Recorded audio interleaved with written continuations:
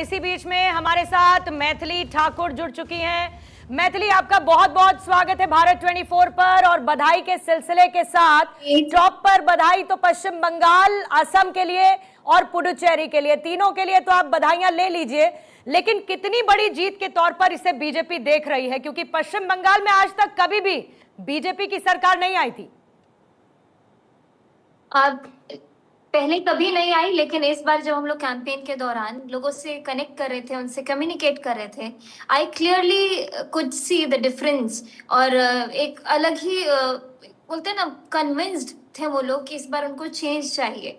There may be so many factors, कि बहुत सारे ऐसे फैक्टर्स जिसने इन्फ्लुएंस किया लोगों को कि नहीं, अब तो हम एग्जिस्टिंग गवर्नमेंट से परेशान हैं। तो इसलिए जहां जहां हम जा रहे थे तो हमको बहुत ज्यादा मेहनत नहीं करनी पड़ी, क्योंकि लोग ऑलरेडी मन बना चुके थे। ये मैंने खुद महसूस किया। आपको ये भी लगता है कि बिहार की जीत के बाद बंगाल आया, मोदी जी ने कहा भी था कि गंगा बहकर बिहार से पश्चिम बंगाल जाएगी, तो कहीं ना कहीं वो बिहारी जो वहां रह रहे हैं वो एक बहुत बड़ा फैक्टर रहा जीत के लिए?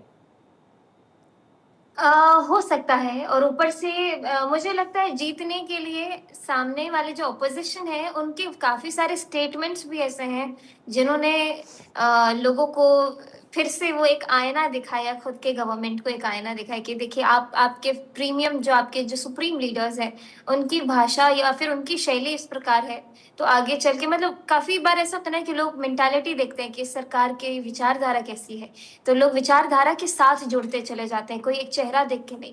लेकिन हमारे प्रधानमंत्री जी ने काफी ज्यादा, मुझे लग रहा है उनका भी जो असर है महिलाओं के प्रति, जो उन्होंने काम किए हैं, कहीं ना कहीं वो भी, मतलब मैं खुद पूरा बंगाल चुनाव को अभी एक बार एक एक करके पढ़ने और समझने की कोशिश करूंगी, क्योंकि खुद महिला मुख्यमंत्री होने के बावजूद लोगों ने इतना बड़ा चेंज कैसे लाया। नहीं, और खास तौर पर मैथिली, आप एक युवा चेहरे के तौर पर बिहार में जीत कर आई थी, और उसके बाद हमने ऐसे कई आपके वीडियोस देखे जहां पर आप ऑन ग्राउंड लोगों की मदद करते हुए भी नजर आई। और इस बार बंगाल का युवा, बंगाल का जेनजी भी कहीं ना कहीं परिवर्तन और प्रोग्रेसिव सोच वाला नजर आया। आपको लगता है कि बंगाल में बीजेपी को मिल रही इस जीत का एक बड़ा श्रेय उस फर्स्ट टाइम वोटर को, उस जेनजी, उस युवा को जाता है?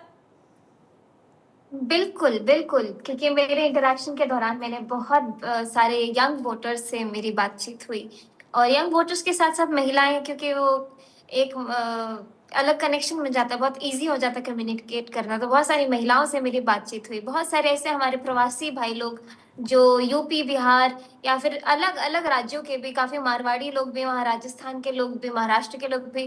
तो भारत है, तो भारत की यही खूबसूरती है कि अलग अलग जगह के लोग एक साथ मिलकर काम करते हैं, तो ये एक गहरा असर हो सकता है। पश्चिम बंगाल की तो खूबसूरती मिनी इंडिया की तरह है, वहाँ पे हर अलग अलग लोग हैं, लेकिन ये जो महिला फैक्टर है, आपको लगा कि इसमें ये 1500 रुपये जो लक्ष्मी भंडार योजना है उसको 3000 बीजेपी ने दिया, ये एक बड़ा फैक्टर है कि 1500 नहीं 3000 मिलेंगे, क्योंकि वहाँ पे बेरोजगारी बहुत ज्यादा है लेबर क्लास में, तो वो 3000 रुपये बहुत बड़े लगे, या अर्बन महिलाओं को सुरक्षा बड़ा मुद्दा लगा? मुझे लगता है सारे पॉइंट्स बहुत बैलेंस्ड थे।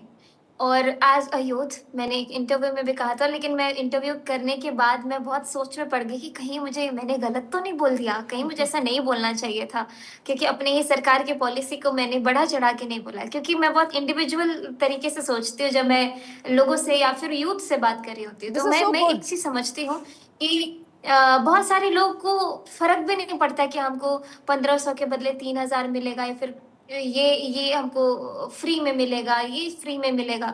मुझे लगता है लोग मूव इसीलिए हुए क्योंकि भारतीय जनता पार्टी की जो विचारधारा, उनका डिसिप्लिन जो लोगों ने देखा, महसूस किया, और उनके प्रेजेंस में जो सुरक्षित वातावरण देखा, जिस तरीके से खुद अमित शाह जी ने और प्रधानमंत्री जी ने इस बात को सुनिश्चित किया कि वहां के लोग निडर होकर के जाके वोट कर पाए। ऐसे बहुत सारे ऐसे फैक्टर्स है। मुझे लगता है कि उसमें जो ये मुफ्त में आपको 1500 या 3000 मिले, मुझे लगता है ये कहीं ना कहीं थोड़ा पीछे छूट जाता है। बिल्कुल, और जहाँ पे बात बहुत अच्छी आसपास तरीके की से, सेफ्टी हाँ, की, आप इससे बहुत अच्छे तरीके से रिलेट कर सकते हैं, क्योंकि बिहार के इलेक्शन के दौरान भी महिलाओं की सेफ्टी का एक मुद्दा बहुत इंपॉर्टेंट इशू था, बंगाल के चुनाव में भी महिलाओं की सेफ्टी का एक मुद्दा रहा। लेकिन नॉन पॉलिटिकली अगर मैं मैथिली आपसे पूछूं तो दीदी की फैन तो आप होंगी। दीदी जिस तरीके की निडर अंदाज वाली, दीदी जिस तरीके से लाइनेस वाली जब वो चलती हैं तो उनका एक रुतबा, एक रौब और एक महिला के तौर पर उनकी मजबूती, personally speaking and asking at the same time. दीदी तो ठीक ठाक सब कर ही रही थी, तो उनको आप कैसे देखती हैं ममता बनर्जी? ऑनेस्टली आई से कि मैं बहुत सारे जो बड़े बड़े लीडर्स हैं उनके पुराने वीडियोस देखती हूँ, जब वो संसद में बोलते होंगे तो कैसे बोलते होंगे। And I really was very impressed कि एक महिला होने के नाते किस तरीके से अपनी बातों को रख रही हैं। या फिर उस समय पे लालू जी के वीडियोस देखती हूँ तो काफी मन खुश हो जाता है देख के कि क्या एक एरा था उस टाइम का, कितने बड़े बड़े लीडर्स एक दूसरे के साथ बैठ करके बातचीत करते थे। लेकिन आज का डेट हम 2026 में है, अभी माहौल बदला है, बहुत सारे यंग लोग जुड़े हैं, मेन स्ट्रीम में आए हैं, दे हैव डिफरेंट एस्पिरेशन।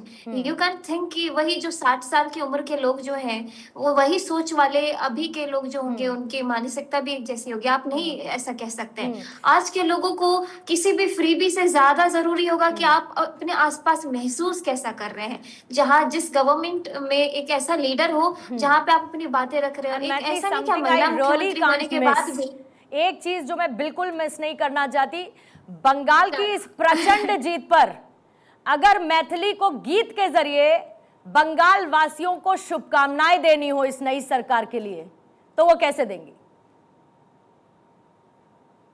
मैं खूब पटाखे वटाखे देख रही हूँ तो मेरा मन कर रहा है गाने का। प्लीज। राम आएंगे तो अंगना सजाऊंगी, दिया जला के दिवाली मैं मनाऊंगी, मेरे जन्मों के पाप सब मिट जाएंगे, राम आएंगे, मेरी झोपड़ी के भाग आज खुल जाएंगे, राम बहुत खूब। बिल्कुल, और राम का आशीर्वाद और माँ काली का आशीर्वाद इस बार कॉम्बिनेशन के तौर पर बंगाल में विजय के तौर पर बीजेपी को नसीब हुआ है। उसके लिए आपको बहुत बहुत शुभकामनाएं मैथिली, और आपने समय दिया उसके लिए भी आपका बहुत बहुत शुक्रिया। तो देखिए, बात कोलकाता की हो रही है और कोलकाता में अदिति बीजेपी दफ्तर में जश्न का माहौल तो बनता ही है। आज तो वो नॉन नेगोशिएबल है।